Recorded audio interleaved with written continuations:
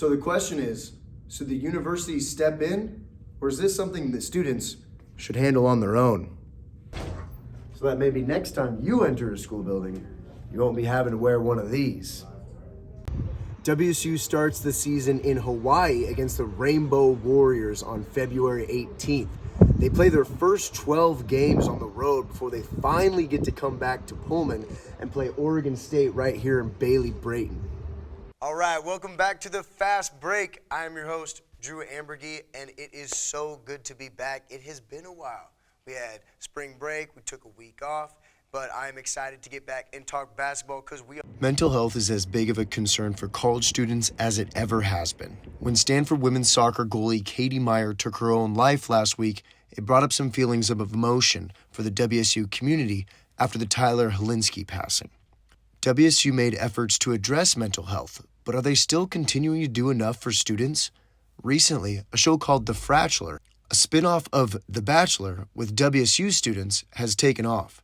After the first episode, the girls who were on it were posted about negatively on social media apps, the worst of which being Yik Yak, which is completely anonymous. Most of the girls got a lot of backlash, a lot of very rude, inappropriate things said about them, like causing a few of the girls to actually drop out of the entire process, which is totally understandable. A lot of things that were said were just like about the girls' personalities, about their looks, about like something that can really hurt a person. So we actually, after the first episode dropped, we actually had a meeting like that night or that next morning about if we should even continue because the bullying was so bad. Yik Yak is the hub for many hateful comments, even for students not involved with the Fratchler. It's ruining girls' lives. Like, there are girls, like, not even, like girls that aren't even on the show that are actually dropping out and transferring because they can't handle what's being said on Yik Yak anymore. So what has WSU to combat the hateful speech spreading on the popular app? I haven't heard anything that WSU is actually doing personally, or if they've even contacted the app or the creators of the app saying, you're like causing so many problems in our community and like in our school and our university. Like, I don't think they've done anything, or at least I haven't heard that they've done anything, but I feel like what they could do is contact them and say, hey, you're ruining our students' lives with this app.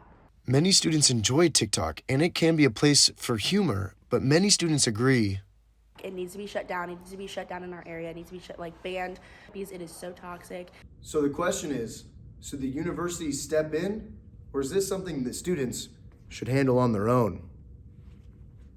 In Pullman, I'm Drewamburgy, Murrow News 8. On February 17th, Washington State Governor Jay Inslee announced that masks will no longer be required indoors in most places starting March 21st.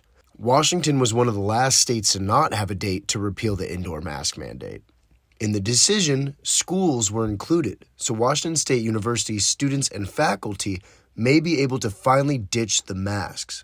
Inslee is allowing local governments and entities to mandate masks indoors if they choose to.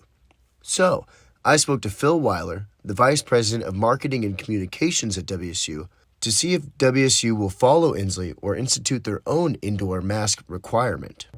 The first thing we're doing is looking at those hospitalization rates and those infection rates to decide are our communities that have WSU representation, are they in a place that it's safe to drop the mask mandate?